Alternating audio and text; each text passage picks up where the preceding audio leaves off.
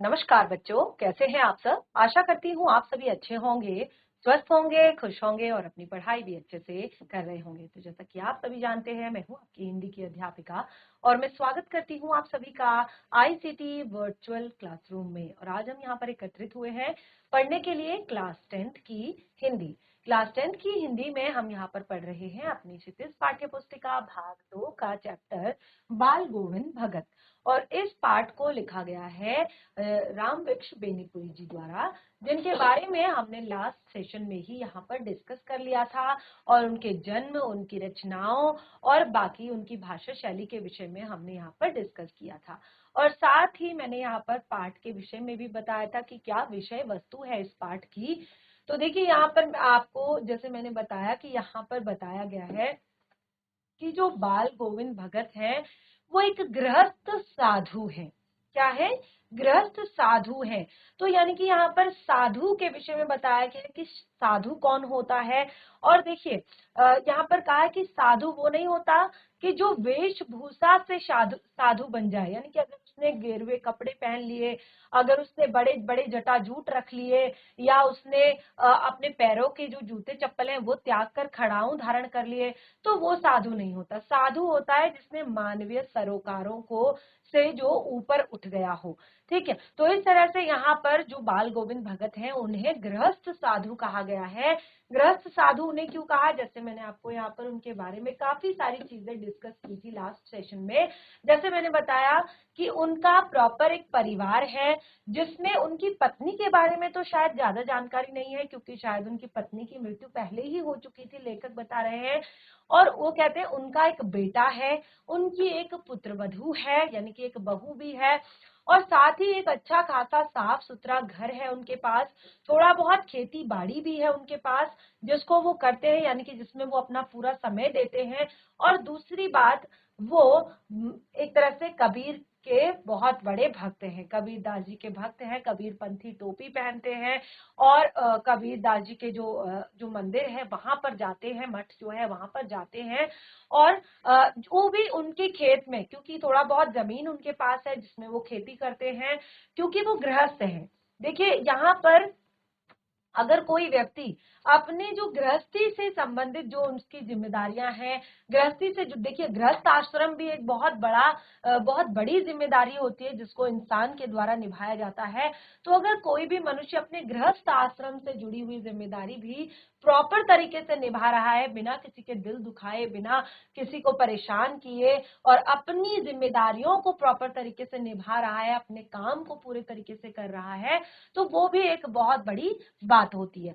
देखिए तो वो कबीर के भक्त तो हैं ही, उनकी कीर्तन करते हैं, उनके दोहों को गाते हैं, उनकी जो रचनाएं हैं उनको गाते हैं। और साथ ही जो भी उनके खेत में, जो भी उनके घर पर अनाज उगता है, जो भी चीजें होती है, उसको सबसे पहले वो कंधे पर रखकर जो मठ है वहां पर जाते हैं और वहां पर दान करते हैं। और उसके बाद वहां से उन्हें जो प्रसाद स्वरूप वापस मिलता है उसे वो लेकर आते हैं और उसी से अपने घर का जो गुजर बसर है वो चलाते हैं। ठीक है, तो यहाँ पर हमने काफी सारी चीजें पढ़ी थी उनके बारे में, और यहाँ पे मैंने आपको बताया कि वो एक मंझले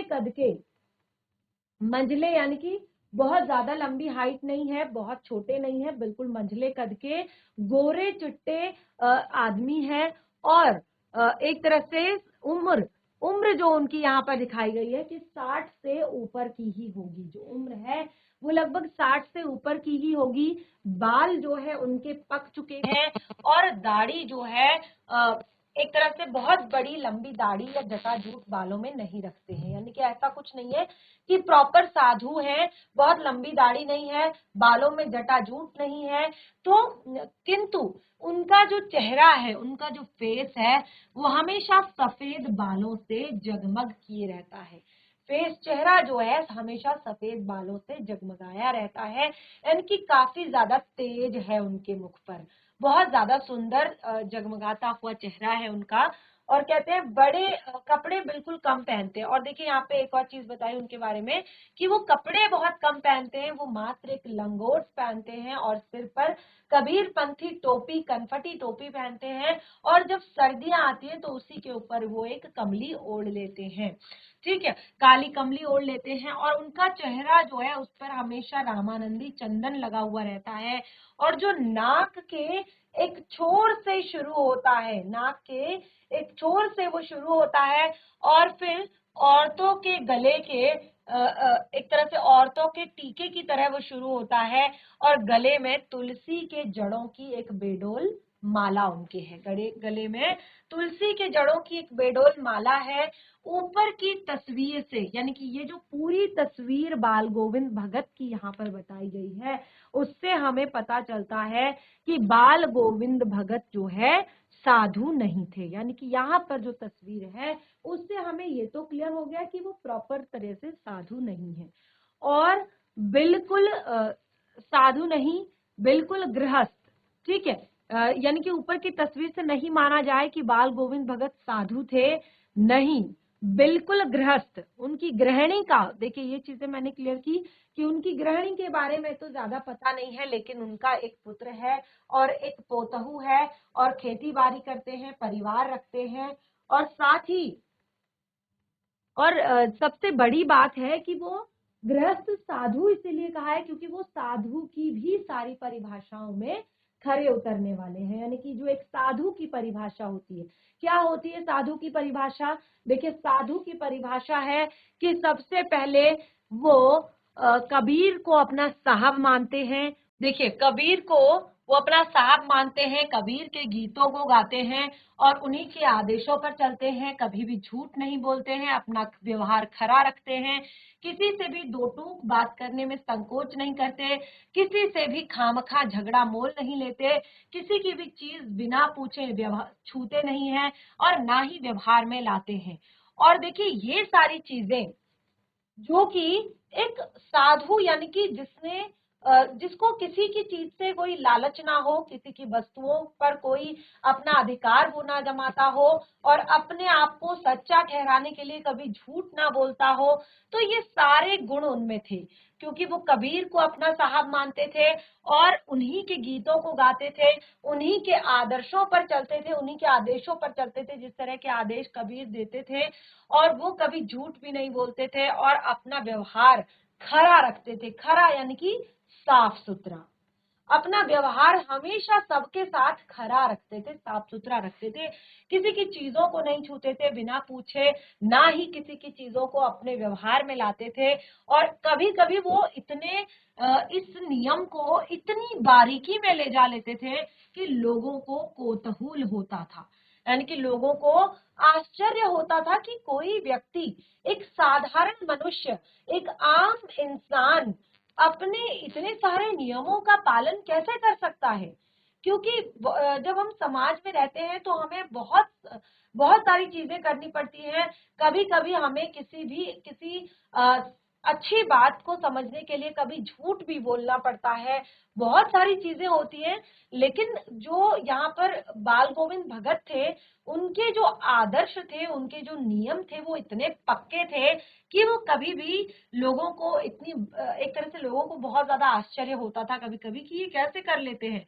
और ना तो वो कभी दूसरों के खेत में शौच के लिए बैठते, और वह भी गृहस्थ थे, लेकिन उनकी सब चीजें साहब की थी। यानी कि थे तो वो गृहस्थ, लेकिन उनके घर का जो भी सामान था वो सब उसको भगवान का मानते थे। ऐसा कहते थे कि ये सब उन्हीं की देन है। तो जैसे मैंने बताया कि उनके खेत में जो भी उगता था वो सबसे पहले जाकर वहां पर उसको चढ़ाते थे और भेंट के रूप में लेकर जाते थे, और फिर प्रसाद के रूप में उन्हें जो कुछ मिलता उसी से वो अपना घर चलाते थे। और जैसे मैंने बताया कि काफी ज्यादा सीधे साधे थे, लेकिन जो उनके कंठ से स्वर निकलता था, एक तरह से जो कबीर के पद थे बहुत ही सीधे साधे थे, लेकिन जब वही पद जो है बाल गोविंद भगत के मुंह से निकलते थे तो वो पद सजीव हो उठते थे। और कई बार जैसे सबसे मेन जो है यहाँ पर आषाढ़ की रिमझिम के बारे में बताया है, आषाढ़ के महीने के बारे में बताया है, जब रोपनी शुरू होती है, रोपाई शुरू होती है, तो उस समय सारा गांव जो है खेतों में उमड़ पड़ता है, क्योंकि कुछ जो है परिवार के सदस्य रोपाई कर रहे होते हैं, कुछ खेत जोतने में लगे होते हैं, कुछ खेतों को बराबर करने में लगे होते हैं, कुछ जो महिलाएं होती हैं वो कलेवा बनाने में, कलेवा लाने में, लोगों को खिलाने पिलाने में लगी होती हैं। और इस तरह से जो बच्चे होते हैं वो धान के पानी भरे खेतों में उछल कूद कर रहे होते हैं। तो इस तरह से उनका जो इस टाइम पे जो ठंडी पुरवाई चल रही होती है, ऐसे में एक स्वर तरंग की झनकार सी उठती है और फिर सारा जो देखते हैं कि ये कौन गा रहा है, जिनका समूचा शरीर जो है कीचड़ में लथपथ है, यानी कि वो खुद भी अपने खेत में रुपाई कर रहे हैं, रोपनी कर रहे हैं। और तभी उनके मुख से एक तरह से संगीत का जो स्वर निकलता है, ऐसा लगता है कि वो स्वर जो है आकाश की ओर जा रहा है। और जो मेड़ों पर जो बच्चे होते हैं वो झूम उठते हैं, मेड़ों पर खड़ी औरतों के होठ कांप उठते हैं, वो भी गुनगुनाने लगते हैं, हलवाहों के पैर ताल पर चलने लगते हैं, यानी कि उनके मुख से जो स्वर निकलता है उससे ऐसा लगता है कि लोगों में और ज्यादा जोश और ज्यादा उत्साह आ गया है। महिलाओं के जो होठ है वो भी चलने लगते हैं, महिलाएं भी उनके साथ गाने लगती है, हलवाहे जो होते हैं उनके जो पैर होते हैं वो सुर ताल के साथ चलने लगते हैं। और रोपनी करने वालों की उंगलियां भी अब अजीब क्रम में चलने लगती हैं, यानी कि उनकी रोपनी करने वालों की जो उंगलियां होती हैं वो भी फटाफट फटाफट फटाफट फटाफट चलने लगती हैं एक अजीब क्रम में। तो ये है बाल गोविंद भगत के संगीत का जादू। ये क्या है? बाल गोविंद भगत के संगीत का जादू है और कुछ नहीं है। तो देखिए, अब देखिए, भादों की अंधेरी अधरतिया है, भादों की अंधेरी अधरतिया, आषाढ़ सावन भादो, अब भादो का महीना आ गया है, अंधेरी अधरतिया आ गई है। और अब थोड़ी देर पहले मूसलाधार जो है खत्म हुई है, बादलों की गरज, बिजली की तड़प, और आपने कुछ नहीं सुना हो, किंतु अब झिर्री की झनकार और दादुरों की तरतर बाल गोविंद भगत के संगीत को अपने कोलाहल में नहीं डुबो सकती। यानी कि अब भादों की अधरतिया, भादों की शाम होने को है, रात होने को है, मूसलाधार वर्षा अभी खत्म हुई है, और बिजली की कड़क में शायद आपने कुछ ना सुना हो, लेकिन जो अब जो झिल्ली, जो कीड़ा होता है ना, शाम रात के समय में आपने देखा होगा आवाज आती है एक कीड़े की, और कुछ जो दादुर होते हैं जिनकी टर टर टर की आवाज आती है। लेकिन अब जो ये आवाज है बाल गोविंद भगत के संगीत की, उसको ये अब अपने कोलाहल में नहीं डुबो सकती। उनकी खिंजड़ी, खिंजड़ी जो हाथ में होती है ना, इस तरह से बजाते हैं खिंजड़ी, तो वो भी डिमिक डिमिक डिमिक डिमिक बज रही है, और वो गाना गा रहे हैं। वो गा रहे हैं, क्या गा रहे हैं?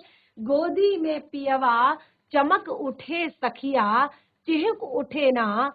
हाँ, पिया तो गोदी में ही है, किंतु वह समझती है कि वह अकेली है। चमक उठती है, चहक उठती है उसी भरे बादलों वाले भादों की आधी रात में। उनका यह गाना अंधेरे में अकस्मात कौंध उठने वाली बिजली की तरह किसे न चौंका देता। यानी कि जो रात के समय में, भादों की अंधेरी जो रात है, उस टाइम पे उनका देखिए यहाँ पर दिखाया गया है, ये बाल गोविंद भगत का जो चित्र यहाँ पर दिखाया गया है, बिल्कुल इसी तरह का चित्र देखिए। उनके सर पर आप देख सकते हैं कबीर पंथी कनफटी टोपी उन्होंने पहनी हुई है, यानी कि ये जो टोपी है, इस तरह की टोपी है, आप देखिए। और इस टोपी में, ये जो टोपी है कुछ इस तरह से है, और ये कान से यहाँ पर इस तरह से गई हुई है, और फिर इस तरह से उन्होंने ये टोपी पहनी हुई है। तो ये कनफटी टोपी है, यानी कि ये कान के पीछे से इस तरह से यहाँ पर जाती है। और आप देख सकते हैं नीचे केवल लंगोट उन्होंने पहना हुआ है, बाकी उनके शरीर पर कोई भी वस्त्र नहीं है।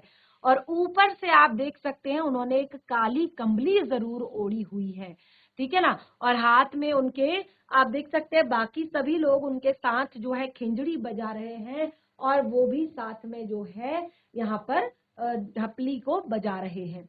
तो ऐसा जो ये ऐसा लगता है जैसे भादों की अंधेरी रात में अकस्मात ही यानी कि अचानक ही एक जो बिजली चौंधती है ना, बिल्कुल एकदम से आंखों में लगती है, तो उस बिजली की तरह किसे न चौंका देता। अरे अब सारा संसार निशब्दता में सोया हुआ है, और इस टाइम पे पूरा संसार जो है वो निशब्दता में सोया हुआ है। निशब्दता यानी कि कोई भी आवाज कहीं से नहीं आ रही है, चारों तरफ बिल्कुल शांति है, और बाल गोविंद भगत का जो संगीत है वो जग रहा है। ऐसे में क्या जग रहा है? ऐसे में केवल बाल गोविंद भगत का संगीत जग रहा है। और क्या गाना गा रहे हैं वो अपना गीत गा रहे हैं कि जाग रहा है, जगा रहा है, तेरी गठरी में लागा चोर मुसाफिर, जाग जरा। उनका जो गीत है, ऐसी निशब्दता में जब चारों ओर शांति है, तो ऐसी शांति में उनका जो संगीत है वो जाग रहा है, जगा लोगों को जगा रहा है। और क्या कह रहा है कि मुसाफिर, तेरी गठरी में लागा चोर मुसाफिर, जाग जरा। अब कार्तिक आया नहीं कि बाल गोविंद भगत की प्रभातियां शुरू हो गई। कार्तिक का जो महीना आता है, जब थोड़ा थोड़ा ठंड शुरू हो जाती है, जब दिवाली का जो टाइम होता है, भादों के बाद आश्विन, आश्विन के बाद कार्तिक का जो महीना होता है, तो उस टाइम पे उनकी जो प्रभातियां हैं, प्रभातियां यानी कि बिल्कुल घूमते रहना। ठीक है, अभी इससे पहले गर्मी थी, गर्मी में नहीं घूम सकते, उसके बाद बरसात आ गई, बरसात में नहीं घूम सकते, लेकिन अब कार्तिक का महीना शुरू हो गया है, अब प्रभातियां निकलना शुरू हो जाएंगी, यानी कि पूरे गांव में गाना गाते गाते घूमना है। और ये प्रभातियां जो है कार्तिक से लेकर फागुन तक चलती हैं। फागुन में जब फाग गाया जाता है ना, जब होली का समय आता है, पूरे गांव में घूम घूम कर फाग गाए जाते हैं, बहुत अच्छा एक माहौल रहता है, बहुत अच्छा एक तरह से वातावरण रहता है। तो देखिए यहाँ पर उन्होंने कहा कि कार्तिक आया नहीं कि बाल गोविंद भगत की प्रभातियां शुरू हो गई, जो कि फागुन तक चला करती है। और इन दिनों, अब देखिए जो कार्तिक का महीना है, क्या करते हैं वो उन दिनों, वो सुबह सुबह ही बिल्कुल जग जाते हैं, सुबह सुबह उठ जाते हैं, और किसी न जाने किस वक्त जाकर वह नदी में स्नान को जाते, गांव से 2 मील दूर। और देखिए पता नहीं कब उठते होंगे और कब गांव से लगभग 2 मील दूर जाकर नदी में स्नान करते हैं, और फिर वहां से नहा धोकर लौटते हैं। तो गांव के बाहर ही जो पोखरे है के ऊंचे भीड़े पर, भीड़ा क्या होता है, जैसे पहाड़ टाइप का होता है, टीला टाइप का होता है, वहां पर वो अपनी खिंजड़ी लेकर जाकर बैठ जाते हैं। ठीक है, जब वो वहां नदी से स्नान करके आते हैं, पता नहीं किस समय जाते होंगे, रात को ही अधरतिया में 4 बजे 5 बजे कब जाते होंगे, और फिर वहां पर जाकर वो स्नान करके जो है आ जाते हैं। और फिर वो जो पोखरे के ऊपर जो ऊंचा भीड़ा होता है, भीड़ा यानी कि इस तरह का जो एक तरह से टीला टाइप का होता है, वहां पर वो बैठ जाते हैं अपनी खिंजड़ी लेकर, और अब अपने गानों को फिर से टेरने लगते हैं, यानी कि वहां बैठकर अब अपना गाना जो है फिर से गाने लगते हैं। और वो कहते हैं मैं शुरू से ही देर तक सोने वाला हूँ। लेखक जो है रामवृक्ष बेनीपुरी जो है, वो कहते हैं मैं शुरू से ही देर तक सोने वाला रहा हूँ, यानी कि अब जैसे वो 4 बजे अगर उठ जाते होंगे बाल गोविंद भगत, तो लेखक कम से कम 7-8 बजे तक उठने वाले हैं। और वो कहते हैं किंतु एक दिन माघ की उस दांत किटकिटाने वाली भोर में भी, अब देखिए माघ का महीना सबसे ज्यादा ठंडा महीना होता है। माघ का महीना जो 15 जनवरी से लगता है 15 फरवरी तक, बहुत ही ज्यादा ठंड होती है। कहते हैं माघ का पूस की रात, माघ का महीना, ये दोनों ही महीने बहुत ज्यादा ठंड भरे होते हैं। तो लेखक कहते हैं कि मैं बहुत देर तक सोने वाला रहा हूँ शुरू से ही, लेकिन वो कहते हैं एक दिन क्या हुआ, माघ की उस दांत किटकिटाने वाली ठंड में उनका संगीत मुझे पोखर पर ले गया। वो कहते हैं कि वहां से उनके संगीत की धुन मेरे कानों में आ रही थी, उनके संगीत का स्वर मेरे कानों में आ रहा था, और उनका संगीत मुझे किसी तरह से पोखर तक ले गया। वो कहते हैं अभी आसमान के तारों के दीपक बुझे नहीं थे, क्योंकि ठंडियों में आपने देखा होगा कि रात काफी लंबी होती है और दिन छोटे होते हैं। यानी कि जो सुबह आप 6 साढ़े 6 बजे तक भी अगर देखेंगे तो आपको आकाश में तारे जो है स्पष्ट तौर पर दिखाई देंगे, और उसके बाद जो है सूर्योदय लगभग 6:45 या 7 बजे तक सूर्योदय होता है ठंडी के दिनों में, पूस और माघ के महीने में। तो वो कहते हैं कि उस टाइम पे आसमान में तारों के दीपक जो है वो बुझे नहीं थे, तो लगभग 6 बजे तक का ये वक्त होगा। और वो कहते हैं हाँ, लेकिन पूरब में लोही लग गई थी। अब देखिए, पूरब का साइड जो था वहां पर लोही लग गई थी। अब ये लगभग सूर्योदय से ठीक पहले का जो समय होता है, उषा काल जो होता है 6:30 बजे का समय, कि सूर्योदय नहीं हुआ है, आकाश में जो तारे हैं वो अभी स्पष्ट रूप से दिख रहे हैं, लेकिन पूरब की तरफ अगर आप देखेंगे तो वहां पर हल्की हल्की लालिमा आपको दिखनी शुरू हो जाती है। और वो कहते हैं शुक्र तारा और बढ़ा रहा था इस लालिमा को। खेत, बगीचा, घर सब कुहासा छा रहा था। सारा वातावरण अजीब रहस्य से आवृत मालूम होता था, और उस रहस्यमयी वातावरण में एक कुश की चटाई पर पूरब की ओर मुख करके काली कमली ओढ़े बाल गोविंद भगत अपनी खिंजड़ी लिए बैठे हैं। जब लेखक वहां पहुंचे तो वो कहते हैं कि वातावरण बहुत ही रहस्यमयी उस टाइम पे था, और ऐसे में कुश की चटाई पर बैठकर पूरब की ओर मुख किए हुए थे और काली कमली ओढ़े हुए थे, और बाल गोविंद भगत जो है अपनी खिंजड़ी लिए वहां पर बैठे हुए थे, और उनके मुंह से शब्दों का तांता लगा हुआ था। यानी कि शब्द जो है लगातार निकल रहे थे, यानी कि उनका गीत जो है नॉन स्टॉप चल रहा था। उंगली पर खिंजड़ी उंगलियां जो है खिंजड़ी पर लगातार चल रही थी। गाते गाते इतने मस्त हो जाते, कि इतने शुरूर में आते कि उत्तेजित होकर मालूम पड़ता कि अब खड़े हो जाएंगे। कमली तो बार बार सिर से नीचे सरक जाती, और वो कहते हैं कि मैं जाड़े से कपकपा रहा था, यानी कि मुझे बहुत ज्यादा ठंड लग रही थी, और ऐसे में उनको जो है बार बार उनकी कमली नीचे गिर जा रही थी, और वो कहते हैं कि खिंजड़ी और करतालों की भरमार हो रही थी। एक पद बाल गोविंद भगत कहते, और उनकी प्रेमी मंडली उसे दोहराती और तिहराती थी। यानी कि एक पद जो है बाल गोविंद भगत गाते थे, और फिर दूसरे उसी पद को जो उनकी प्रेमी मंडली उनके साथ बैठी हुई है वही उसको दोहराती थी और उसको तिहराती थी।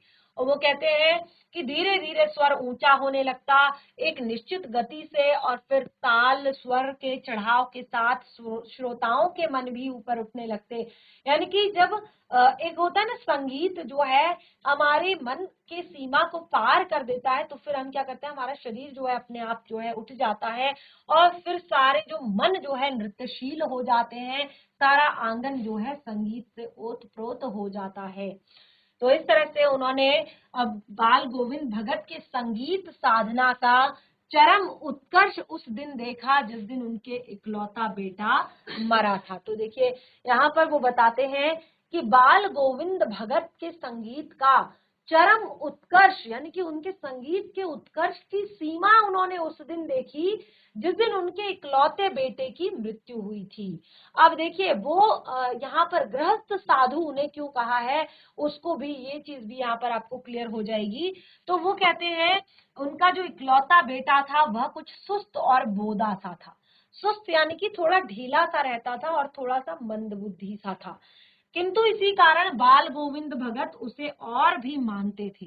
यानी कि क्योंकि उनको लगता था कि ये थोड़ा सा बोदा सा है, थोड़ा सा एक तरह से सुस्त है, तो और भी ज्यादा उसको जैसे होता है ना कि हम लोग उसको, ऐसे बच्चों को दुत्कारते हैं और ऐसे बच्चों का और ज्यादा कॉन्फिडेंस लूज करते हैं। लेकिन बाल गोविंद भगत ऐसा नहीं करते थे, वो उसको इसी कारण वो उसको और ज्यादा प्यार करते थे, और ज्यादा उसको मानते थे, उसकी रिस्पेक्ट करते थे, उसकी इज्जत करते थे, क्योंकि उनकी समझ में ऐसे आदमियों पर ज्यादा नजर रखनी चाहिए और उन्हें ज्यादा प्यार करना चाहिए। क्योंकि देखिए अब जिसके पास प्रॉपर 2 हाथ है, प्रॉपर 2 पैर हैं, 2 आंखें हैं, कान है, नाक है, अच्छा मुंह है और इतनी बुद्धि है कि उसको पता है कि वो सही कर रहा है या गलत कर रहा है और समाज में उठने बैठने लायक है, तो फिर उसको भले ही आप थोड़ा सा कम ध्यान दो, लेकिन जहां पर आपको लगता है कोई इंसान थोड़ा सा सुस्त है या थोड़ा सा कम समझदार है, तो हमेशा उसको सपोर्ट करना चाहिए, उसकी हेल्प करनी चाहिए, ना कि उसका मजाक बनाना चाहिए। ये आपके लिए बहुत बड़ी सीख है। यहाँ पर कई बार ऐसा क्लास में होता है। देखिए अभी हम क्लास 10th के बच्चे हैं और अब तक तो हमें इतनी समझ आ जाती है कि हम किसी को भी इतना परेशान नहीं करते हैं जो हमें लगता है कि ये थोड़ा सा क्या है, कमजोर है। लेकिन जो बच्चे होते हैं, अक्सर क्या होता है कि क्लास में अगर कोई ऐसा बच्चा होता है जिसे कोई भी चीज जल्दी से समझ नहीं आती या जिसका काम अधूरा रहता है, जो बाकी बच्चों के साथ जो है कदम से कदम मिलाकर नहीं चल पाता, क्लास में बहुत ज्यादा एक्टिव नहीं रहता, सुस्त रहता है, को करिकुलर एक्टिविटीज में पार्टिसिपेट नहीं करता, तो इस तरह से क्या होता है, बच्चे उसको और ज्यादा गिराने लगते हैं, बच्चे उसको बुद्धू समझने लगते हैं, बच्चे उसको बहुत कमजोर समझने लगते हैं। तो ऐसे बच्चों का आपने मजाक नहीं उड़ाना है, बल्कि उनकी हेल्प करनी है, उन्हें सपोर्ट करना है, उनको एक कॉन्फिडेंस दिलाना है कि नहीं चलो तुम भी हमारे साथ चलो, तुम भी कर सकते हो, तुम भी ये सारी चीजें पढ़ सकते हो, लिख सकते हो, गेम्स खेल सकते हो और बाकी चीजें। ठीक है, तो उनको देखिए ये बहुत ज्यादा उनकी अच्छी बात थी कि वो कभी भी किसी का मजाक नहीं बनाते थे, क्योंकि वो कहते हैं ये निगरानी और मोहब्बत के ज्यादा हकदार होते हैं। और उन्होंने इसी कारण बड़ी शाद से उसकी शादी भी करवाई थी, क्योंकि उनको लगता था कि शायद इसकी जो पत्नी आएगी वो इसकी अच्छे से सेवा करेगी, वो इसको अच्छे से समझेगी, वो इसको देखेगी, तो उन्होंने बड़ी साद से उसकी शादी भी करवाई थी। पोतहू बड़ी ही सुभग और सुशील उन्हें मिली थी। घर का पूरी प्रबंधिका बनकर भगत जी को बहुत दुनियादारी से उसने निवृत्त कर दिया था। यानी कि एक तरह से जो उनकी बहू है काफी अच्छी थी, बहुत ज्यादा सुशील थी, सुभग थी और घर की पूरी जिम्मेदारी उसने उठा ली थी। घर का काम करना, घर के सामान के बारे में पूरी जानकारी रखना, सारी एक तरह से उसने घर के जो एक झंझट होता है ना, घर का एक जंजाल होता है, उससे काफी ज्यादा एक तरह से भगत जी को एक तरह से निवृत्त कर दिया था, यानी कि बहुत ज्यादा उनको उनके ऊपर से ये भार जो है कम कर दिया था। तो उसने उसका बेटा बीमार है और इसकी खबर रखने की लोगों को कहाँ फुर्सत। अब देखिए ये तो चाहे आज का समय हो चाहे कभी और का, और लोगों के पास यानी कि लोग हम ही हैं, ठीक है, लोग कोई और नहीं है, लोग आप हो, लोग मैं हूँ, लोग मेरे आसपास है, ठीक है। तो आज भी किसी के पास इतनी फुर्सत नहीं कि किसी के घर में कोई बीमार है या किसी की किस तरह की कोई तबीयत है। देखिए मुंह से कोई भी पूछ सकता है, लेकिन आपके घर आकर हालचाल पूछने का या आपकी मदद करने का बहुत सारा ऐसा टाइम आज के समय में भी किसी के पास नहीं है, और शायद उस टाइम पे भी नहीं रहा होगा, नहीं रहता होगा, क्योंकि जो गृहस्थ होते हैं तो उनको अक्सर गृहस्थी में ही वो डूबे रहते हैं। तो लेकिन जब देखिए तबीयत खराब है यहाँ तक सबको पता होता है, लेकिन बहुत कम ही लोग होते हैं जो मिल पाते हैं या अक्सर जा पाते हैं, हालचाल ले पाते हैं। लेकिन मौत जो होती है वो अपनी ओर सबका ध्यान खींच ही लेती है। वो कहते हैं हमने सुना, लेखक कहते हैं हमने सुना कि बाल गोविंद भगत का बेटा मर गया है। कोतहूल वश उनके घर गया, वो कहते हैं, क्योंकि देखिए इस टाइम पे देखिए जब तक बीमार है की बात थी तो सब लोग सिर्फ बाहर बाहर से पूछते थे, किसी के पास इतना टाइम नहीं था कि घर पर जाएं, पूछें, हालचाल जाने, देखभाल करें या कोई और चीज। लेकिन मौत जो होती है वो सबका ध्यान अपनी तरफ खींच लेती है। यही यहाँ पर हुआ जब उनके बेटे की मृत्यु हुई, तो लेखक कहते हैं बड़े कौतूहल वश, बड़े आश्चर्य के साथ हम उनके घर गए और कहते हैं देखकर दंग रह गए, और ये देखकर हम दंग रह गए क्योंकि वहां का नजारा कुछ और ही था। अब देखिए होना कुछ और चाहिए था लेकिन कुछ और है, क्योंकि वहां पर उनका जो इकलौता बेटा है उसकी मृत्यु हुई है, तो काफी ज्यादा कोलाहल, काफी ज्यादा शोर, काफी ज्यादा दुख वहां पर होना चाहिए था। लेकिन बेटे को आंगन में चटाई पर लिटाकर एक सफेद कपड़े से उन्होंने ढक रखा है, और कुछ फूल तो हमेशा ही रोपते रहे हैं, तो उन्हीं में से कुछ को तोड़कर उस पर बिखरा दिए हैं। फूल और तुलसी दल भी, साथ में फूल के साथ साथ तुलसी दल भी, और उसी के सिराहने पर उन्होंने एक चिराग भी जलाया है। ठीक है, उसी के सिराहने पर एक चिराग भी जला रखा है, एक दिया भी जला रखा है, ठीक है। और क्या कहते हैं लेखक यहाँ पर, चिराग जला रखा है और उसके सामने जमीन पर ही आसन जमाए गीत गाए चले जा रहे हैं। अपने बेटे के सामने, जिसको एक चटाई पर उन्होंने लिटाया है, उसके ऊपर सफेद कपड़ा डाला है, और क्योंकि फूल बोने की, फूल लगाने की उनको शुरू से ही आदत है, तो उन्हीं फूलों में से 2-4 फूल तोड़कर उसके ऊपर डाले हैं और उसके सिरहाने पर एक दिया जलाया हुआ है, और स्वयं भी उसके बगल पर जमीन में बैठकर आसन जमाए हुए गीत गाए चले जा रहे हैं। और वो जो उस टाइम पे गीत गा रहे हैं, उसमें वही पुराना स्वर है, वही पुरानी तल्लीनता है।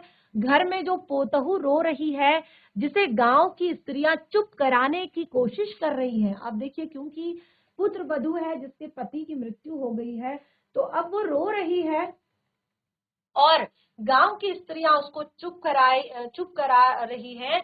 लेकिन जो बाल गोविंद भगत हैं, वो गाए जा रहे हैं। हाँ, गाते गाते कभी कभी पोतहू के नजदीक भी आ जाते हैं और उसे रोने के बदले उत्सव मनाने को कहते हैं। अब देखिए, जब वो गाते गाते बीच में क्या करते हैं, बीच में अपनी पोतहू के पास भी जाते हैं, उसे चुप करते हैं और कहते हैं कि आपको तो रोने के बजाय उत्सव मनाना चाहिए। क्यों मनाना चाहिए उत्सव? देखिए, जो जब जब भी हम संसार में रहते हैं, देखिए हमें पता है कि ये संसार क्या है, ये शरीर क्या है, नश्वर है।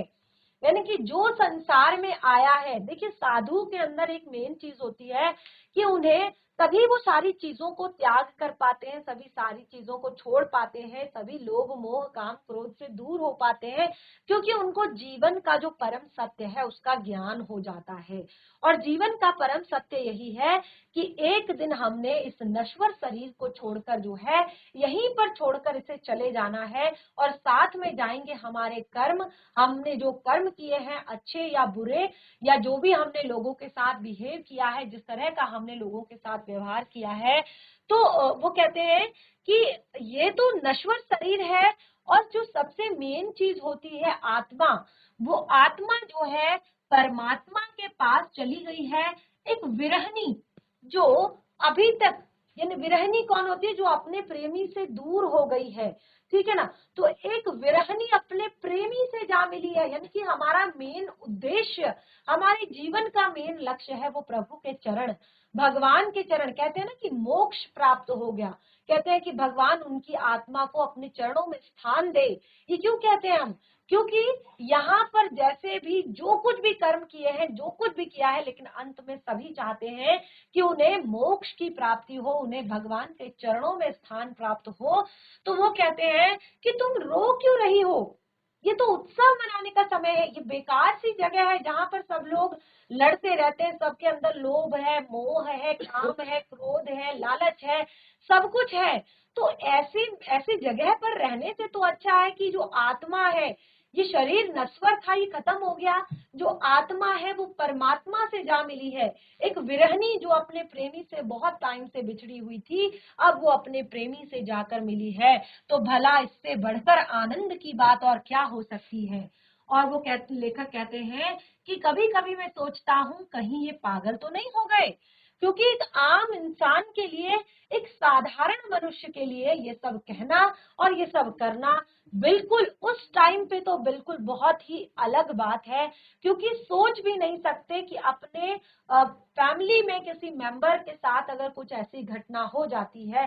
देखिए, हम तो फैमिली ही नहीं है, कहीं पर दूर पे भी हम ऐसी चीजें कभी सुनते हैं तो बहुत ज्यादा दुखी हो जाते हैं, बहुत परेशान हो जाते हैं।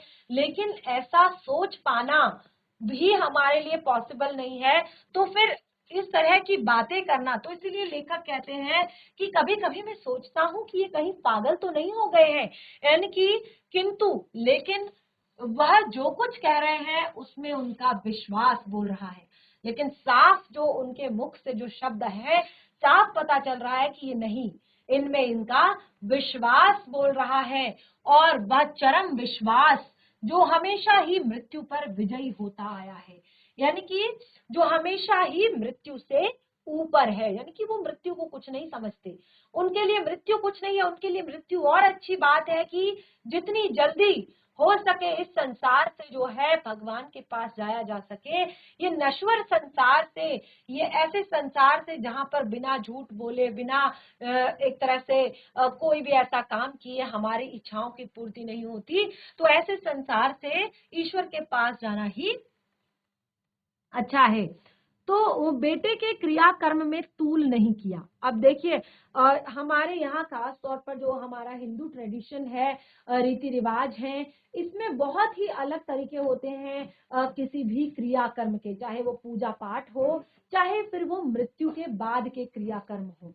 ठीक है, तो यहाँ पर भी अब देखिए पहले तो महिलाओं को ही ये हक नहीं था कि वो अग्नि दें, चाहे किसी को भी, लेकिन अब ये ट्रेडिशन जो है धीरे धीरे आ रहा है। और देखिए बाल गोविंद भगत ने तो ये उसी टाइम पे शुरू कर दिया, और खास तौर पर अपने पति को उन्होंने उन्होंने किसी दूसरे से ये काम नहीं करवाया, उन्होंने अपनी पुत्र वधू से ही उसके पति को जो है अग्नि दिलवाई और पोतहू से ही आग दिलवाई। क्योंकि ज्यों ही श्राद्ध की अवधि पूरी हो गई और उसके बाद ज्यों ही श्राद्ध की अवधि पूरी हुई, जो 12-13 दिन का टाइम होता है, एक श्राद्ध की अवधि होती है 1 महीने का या 6 महीने का या साल भर का, तो श्राद्ध की अवधि जैसे ही पूरी हुई, उन्होंने बहू के भाई को बुलाकर उसके साथ कर दिया और साथ में क्या आदेश दिया कि इसकी दूसरी शादी करा देना, और आदेश दिया कि इसकी दूसरी शादी करवा देना। क्योंकि देखिए उनको पता है कि किसी भी इंसान के लिए जीवन के का एक ऐसा समय होता है वृद्धावस्था, जिसमें अकेले रह पाना बहुत ही ज्यादा मुश्किल होता है, या जीवन में और भी बहुत सारी कठिनाइयां आती हैं, बहुत सारा ऐसा टाइम आता है कि जिस टाइम पे हमें एक दूसरे का साथ चाहिए होता है, एक दूसरे का सहारा चाहिए होता है।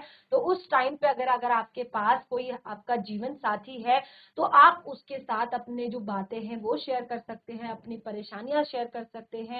तो इस तरह से उन्होंने ये आदेश उसके भाई को दिया। आगे भी बहुत सारी चीजें हैं इस पार्ट में पढ़ने के लिए, और उसके बाद इस पार्ट को हम यहाँ पर कंप्लीट करेंगे और साथ ही पार्ट से जुड़े हुए प्रश्न उत्तर भी यहाँ पर डिस्कस करेंगे। मैं आशा करती हूँ कि आज तक हमने जो भी चैप्टर पढ़ा है आज आपको बहुत ही ज्यादा इंटरेस्टिंग लगा होगा और समझ में भी आया होगा। कोई भी यदि डाउट है चैप्टर में, कोई चीज ऐसी है जो समझ ना आ रही हो, उसे नेक्स्ट सेशन में जरूर क्लियर करें, घर पर जाकर पाठ को पढ़ें और बाकी का चैप्टर कंटिन्यू करेंगे हम अपने नेक्स्ट सेशन में। तब तक के लिए धन्यवाद। आपका दिन शुभ हो।